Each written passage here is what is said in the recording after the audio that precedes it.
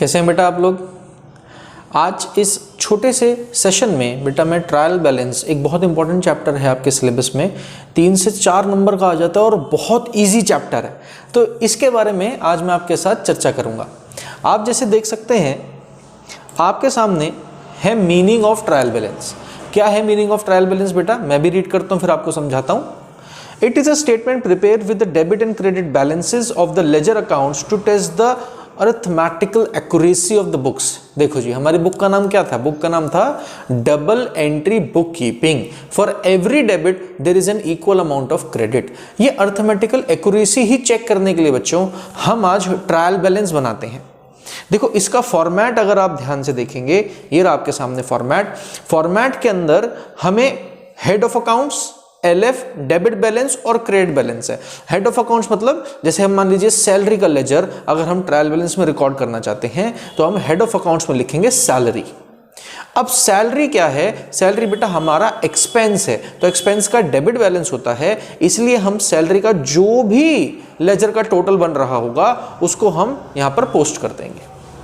मान लीजिए मैं प्लांट एंड मशीनरी को रिकॉर्ड करना चाहता हूं, तो प्लांट एंड मशीनरी क्या है? एक एसेट है। एसेट का बैलेंस क्या है जी? डेबिट बैलेंस है। तो सिमिलरली मैं यहां पे लिखूंगा हेड ऑफ अकाउंट्स में प्लांट एंड मशीनरी और डेबिट कॉलम के अंदर उसका अमाउंट पोस्ट कर दूंगा। देखो ट्रायल बैलेंस का फॉर्मेट अच्छे से। ट्रायल बैलेंस कब बनाया जा रहा है? ईयर के एंड में, क्योंकि ऑब्वियसली सारा साल बेटा हम जर्नल एंट्रीज बनाएंगे, फिर लेजर बनाएंगे, फिर ट्रायल बैलेंस बनाएंगे और बाद में ट्रेडिंग, P&L और बैलेंस शीट बनाते हैं। तो ये सारे काम जो होते हैं ये साल के एंड में ही होते हैं। इसीलिए ट्रायल बैलेंस में हमने लिखा ट्रायल बैलेंस एज ऑन 31 मार्च 2019। ये स्टॉक कंसेप्ट है मेरे बच्चे।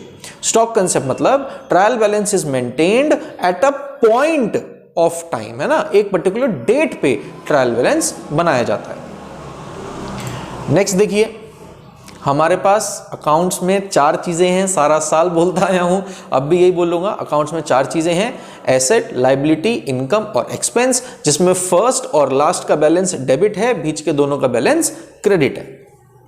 देखो इस तरीके का क्वेश्चन आपके सामने एग्जाम में आता है, बहुत आसान क्वेश्चन। मैं रीड करता हूं क्वेश्चन आपके लिए। Prepare a trial balance with the following information. मुझे क्या गिवन है? कैपिटल है, कैश है, creditor, sales, stock, debtor, bank loan और परचेजेस। मगर मुझे ये नहीं बताया कि किसका बैलेंस डेबिट है और किसका बैलेंस क्रेडिट है। सिर्फ हमने बाइफिगरेट करना है इन चीजों को कि किनका बैलेंस डेबिट है और किनका क्रेडिट, और उसके बाद इस फॉर्मेट में पोस्ट कर देना है। हमारा काम बहुत आसान हो जाएगा। एक बारी हम बाइफिगरेशन कर लेते हैं, फिर हम उसको पोस्ट करेंगे। ये देखो जी क्वेश्चन में क्या था? कैपिटल। तो कैपिटल क्या होता है बेटा? Capital is liability for the business, क्योंकि हम अकाउंट्स किसके पॉइंट ऑफ व्यू से करते हैं? हम अकाउंट्स बिजनेस के पॉइंट ऑफ व्यू से करते हैं। और कैपिटल क्या है? बिजनेस के लिए लायबिलिटी है according to business entity concept. तो लायबिलिटी का balance credit. Next is cash. Cash बेटा एसेट है, ये डेबिट साइड पे लिखा जाएगा। क्रेडिटर कौन होता है? क्रेडिटर मतलब वो आदमी जिससे हमने उधार पर सामान खरीदा है, गुड्स जिससे हमने उधार पर खरीदे हैं, वो होता है क्रेडिटर। तो क्रेडिटर इज आवर लायबिलिटी, हमने उसको पेमेंट देनी है, तो ये क्रेडिट बैलेंस है। सेल्स हमारी इनकम होती है, ये भी भाई क्रेडिट बैलेंस पे जाएगा। स्टॉक बेटा हमारा एसेट है, ठीक है, तो इसका डेबिट बैलेंस है, ये डेबिट पे जाएगा। डेटर मतलब एक ऐसा व्यक्ति जिसको मैंने उधार पे सामान बेचा, तो बेटा जिसको भी मैं उधार पे सामान बेचूंगा वो मेरा डेटर कहलाता है। और डेटर को मैं एसेट मानता हूं, एसेट का डेबिट बैलेंस है, तो डेटर का बैलेंस 3 लाख रुपए डेबिट साइड पे लिखा जाएगा। बैंक लोन, अब भाई साहब बैंक को मैंने लोन दिया तो नहीं होगा ना, क्वाइट ऑब्वियसली मैंने बैंक से लोन लिया होगा। तो बेटा अगर मैंने बैंक से लोन लिया है, पैसे लिए हैं, तो ये मेरी लायबिलिटी है, तो मैं इसको लायबिलिटी साइड पे शो करूंगा।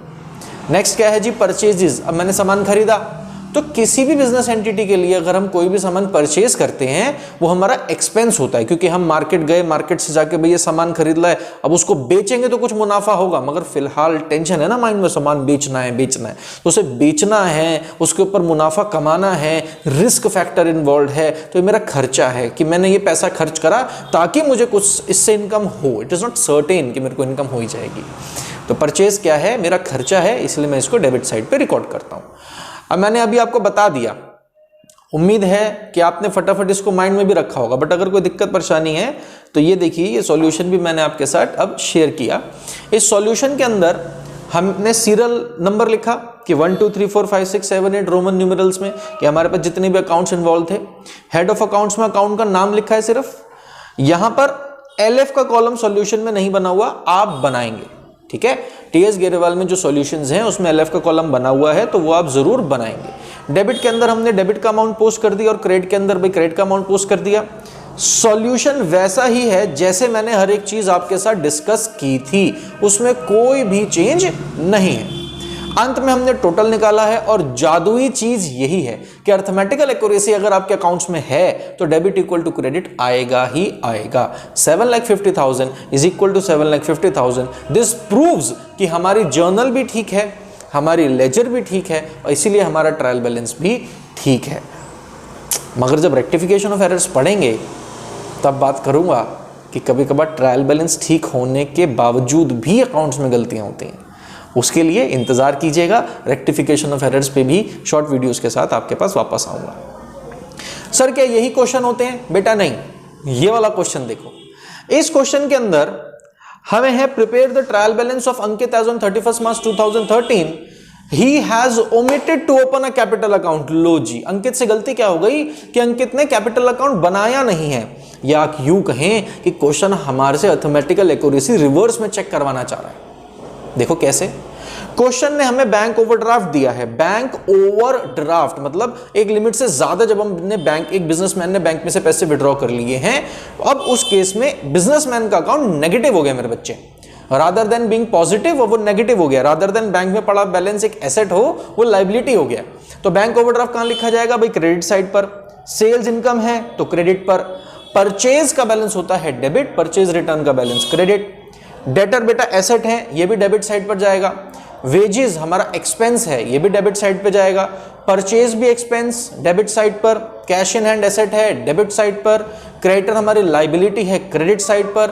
सेल्स का बैलेंस क्रेडिट होता है, सेल्स रिटर्न का बैलेंस डेबिट होगा। इक्विपमेंट यानी कि कोई भी टूल है भाई, इक्विपमेंट्स बोलते हैं हम, हमारे एसेट हैं, तो ये डेबिट बैलेंस जाएगा। ओपनिंग स्टॉक भी डेबिट बैलेंस जाएगा। जब आप ये सारी चीजें पोस्ट कर दोगे ट्रायल बैलेंस में तो कुछ इस तरीके का ट्रायल बैलेंस आपके पास बनेगा। Bank overdraft, sale, purchase return, debtor, wages, purchases, cash in hand, creditor, sales return, equipment और ओपनिंग स्टॉक को पोस्ट कर लेने के बाद आप देख सकते हो कि हमारे पास डेबिट साइड का टोटल आएगा 12,91,250, मगर क्रेडिट साइड का टोटल शॉर्ट आ रहा होगा 1,58,750 से। मतलब ये जो कैपिटल का बैलेंस है बच्चों, ये हमने बैलेंसिंग फिगर करके निकाला है। पहले हमने क्या करा, एसेट साइड के सारे भाई टोटल कर लिया, तो हमारे पास बैलेंस आया 12,91,250। फिर हमने सोचा कि भाई कैपिटल का तो क्रेडिट बैलेंस होता है, तो कैपिटल में कितना बैलेंस लिखना चाहिए ताकि डेबिट इक्वल टू क्रेडिट हो जाए। इसे बैलेंसिंग फिगर के तौर पर हमने कैलकुलेट कर लिया। इसी तरीके का क्वेश्चन है, इसके अलावा कुछ खास ट्रायल बैलेंस चैप्टर में है ही नहीं। दैट्स इट, जी हां दैट्स इट। आप इस वीडियो को चाहो दोबारा देखो, तिवारा देखो, दोस्तों के साथ शेयर करो और अभी के अभी बैठकर ट्रायल बैलेंस के क्वेश्चन भी अटेम्प्ट कर लो। आपके एग्जाम के 3 से 4 नंबर मात्र इस 10 मिनट की वीडियो से पक्के हो सकते हैं आप चाहो तो। ठीक है, तो आज के लिए इतना ही। मिलते हैं आपसे जल्द ही अगली वीडियो में।